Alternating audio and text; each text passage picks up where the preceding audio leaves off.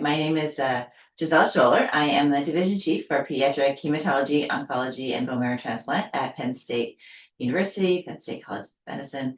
And I'm also the founder and chair of the Beat Childhood Cancer Research Consortium, which is a consortium that we started back in 2009, leading early phase and precision medicine clinical trials in pediatric oncology. I have a research lab here at Penn State where we're studying childhood cancer, focused primarily on neuroblastoma and sarcomas, looking for new medications that we can bring to clinical trials. The Beat Childhood Cancer Research Consortium is a collaborative team of physicians, researchers, as well as parent advisors. We came together in 2009 to bring novel early phase clinical trials, precision medicine trials to children with cancer across the US. Initially, we had only 5 hospitals. It's a small group of us working with parent advocates and our research team because there was a need. We needed to do something better for our kids. We needed to bring medications and new trials faster.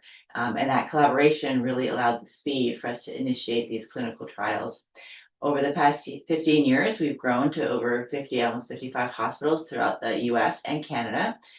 This year, we plan to expand to Barcelona, Spain, to reach Europe, and to Sao Paulo, Brazil, to reach the children in South America as well. With more sites participating in our trials, we can reach more children at home so they don't have to leave their support systems and their families during their treatment for cancer. And that was one of the focuses of the parent advocates in our group, wanting to have children be able to stay home and still be able to receive these medications.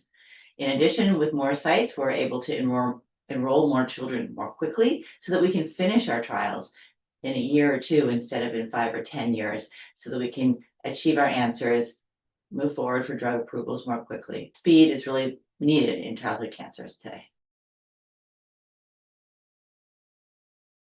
The need for clinical trials in childhood cancer is really so that we can study these medications, find the answers. Does this medication that we've been researching in the labs elsewhere that has potential to help these children in a clinical trial is the way that we're able to get these medications to children and answer those questions. Is it working? Is it not working? And through those trials, then we can hopefully work with the FDA to move towards drug approval, which then can reach children across the US without having to be on a clinical trial. Two of the big areas that Beat Childhood Cancer has been working in is one in high-risk neuroblastoma to prevent children from relapsing. High-risk neuroblastoma occurs in children between about less than 5 years of age. And in many of these kids, the disease is spread metastatic at diagnosis. With aggressive therapies, we can get these children into remission. But the biggest issue with children with high-risk neuroblastoma is that many children, almost half, were relapsing. With the advancements of immunotherapy, that helped to decrease it, but there was still more children relapsing. And so DFMO is a medication that we studied to prevent children from relapsing. It's a drug that targets the cancer stem cells, or the cells that are left behind after treatment that can cause a relapse. And DFMO can target and remove those cells. And so that trial, we worked very closely with the advocates, our community, the FDA, and pharma to initiate a phase 2 trial that showed we were able to decrease the relapse rates by over 50%, which was a huge advancement for our children. This was a single-arm study, not a randomized study, and so it took a lot of work collaborating with the FDA and the pharma and the larger community to find a group of matched children that were at other hospitals that didn't receive DFMO. And through a statistical comparison of those two, we were able to gain FDA approval for that medication. So that was a very big landmark study in our consortium and something that we're really proud of, that children across the US now have access to that medication. The other area of focus that we've been focused on is in precision medicine. One of our clinical trials really focused on looking at if we could better understand the child's cancer and the biology of the cancer, what was happening through genomic sequencing. So looking at the pathways that are active in the child's cancer, could we as a molecular tumor board or physicians and researchers coming together study that child's particular cancer and find medications that we might not think of for that child, but they're targeted, less toxic medications that we could create an individualized treatment plan. We did this study and showed that in 70% of patients that had no other options, we were able to find options and options that worked. So that's now led to a standard of care across our consortium where one of our goals is that every child should have access to genomic sequencing so that we can study that child's cancer and really find treatments that will target that child's cancer and find options and hope. So over the last 5 years, I mean, I would say going back for high-risk neuroblastoma, again, they are children who are less than 5 years of age with metastatic disease. Usually they have a primary tumor of the nervous system that's anywhere along the spine or in the abdomen. Then it's often spread to the bones, bone marrow, liver, sometimes even the lung and the brain. At diagnosis, it's a very aggressive, rapidly growing cancer in very young children. We are able to treat those children with every child will receive surgery, chemotherapy, bone marrow transplant, radiation therapy, and then our study in the children's oncology group with immunotherapy showed that immunotherapy maintenance helped to prevent some relapses. And then in addition to that, now over the last 5 years, we've developed DFMO, which is given after immunotherapy as a maintenance therapy for 2 years to prevent even further relapses. And so that's the standard landscape right now. But we have a new clinical trial, as well as this children's oncology group, that's bringing that immunotherapy. It's an antibody that's towards the neuroblastoma that can use the patient's own immune system to help clear the cancer. So we've brought that up front. So now our goal is to give chemotherapy with immunotherapy to help get more kids into remission before they go to transplant, and then more immunotherapy and DFMO. We're really trying to find less toxic, more targeted therapies for the neuroblastoma, and it's really evolving and bringing a lot of hope to children. Many of the chemotherapy that we use upfront and during transplant are 50-year-old drugs that blast the whole body, leaving our kids with many long-term side effects.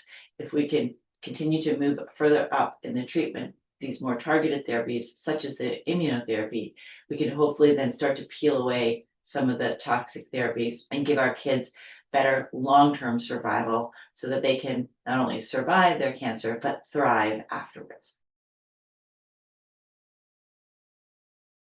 So collaboration is so important, and it's really what has allowed us to move more nimbly and more quickly. When I say collaboration, I mean not just between the physicians and researchers from all of our different hospitals, you bring the ideas and science behind it, but also the collaboration with the parents and advocates, the Beat Childhood Cancer Foundation that funds a lot of our work, as well as the collaboration with the pharmaceutical companies who often will donate the medication for free, and collaboration with the FDA to help us look at the statistics of our trial and how we can make sure that if we're going to do a clinical trial for 3 to 5 years, it will be meaningful data at the end that they can then use for drug approval. So it's really been a very tight collaboration. All of those groups, the historical way of coming up with an idea and then submitting for a grant and then waiting for reviews. All of these are 9-month periods, resubmitting and then it's often a 2-year time frame from when an idea comes to when the funding comes. But with the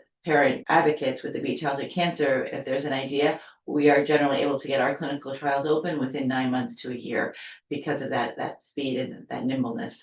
So it's just been such a wonderful group to be part of. I'm so thankful to know all of the people that I have met in the collaboration whose hearts are really at the focus of helping children. The parent advocates are critically important to Beat CC, and it's the core of our mission. When we started out back in 2009, it was really, we had ideas that we wanted to bring forward in a clinical trial, and the parents with children with neuroblastoma at the time, especially the relapsed refractory patients, were in such need. We were able to share with them our story, what we were trying to do, and they were like, let's just make it happen. And I had no idea of the power of that hope of both of us coming together was really the birth of Beat Childhood Cancer, both the consortium and now the foundation. We wouldn't be able to do what we do without them. They are critical to our mission. Our advocates are at our annual meetings. They are engaged in the discussions. I think some people think, well, the science should be for the scientists and such. But I think when your child is diagnosed with a life-threatening childhood cancer, those parents learn everything they can about that disease and are engaged and want to help. And we are better for it. They motivate us, they make us work harder. They remind us why we do what we do every day. And I think that's really what's special about Beat Childhood Cancer, that partnership is the heart of what we do. So we have opened over the last 15 years or so, 25 clinical trials. We are currently enrolling on 8 clinical trials, and we have a few in the pipeline that we're hoping to open in the next year as well.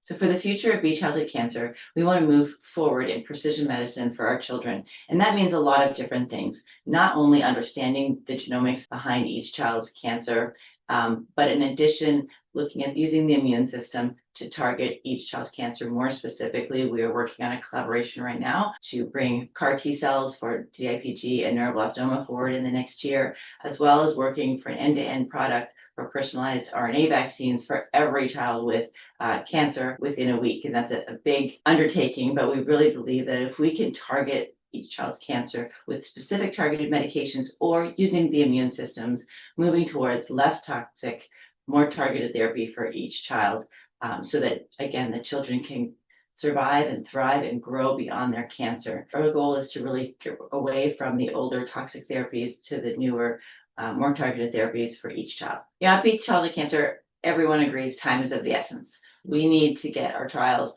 when we have great ideas, when the science is there, we need to get these to kids as soon as possible. I have an incredible team in the Beat Childhood Cancer Research Consortium of our regulatory, our trial designers, our data managers, our regulatory contracts, that their goal is to move things fast as quickly as possible. The physicians and researchers that we work with are, volunteer for writing the clinical trials. They're on meetings after work, before work, and then, analyzing the studies, having a scientific review of the studies. Everyone understands that when we send out a scientific review, it needs to be done within 2 weeks. So the rapidity and the speed of the consortium, there is buy-in from everyone that we want to get our trials done. When there's a great idea and the scientific approval has gone through, the parents will find the funding, and within a year that trial will be open. And that's definitely a goal. That's part of the reason that we are opening more sites. We are making it available in South America and in Europe. We'll be able to enroll faster. We need to get answers more quickly. The quicker that we can enroll, reach more children, the faster we find our answer, and we can move on to the next trial.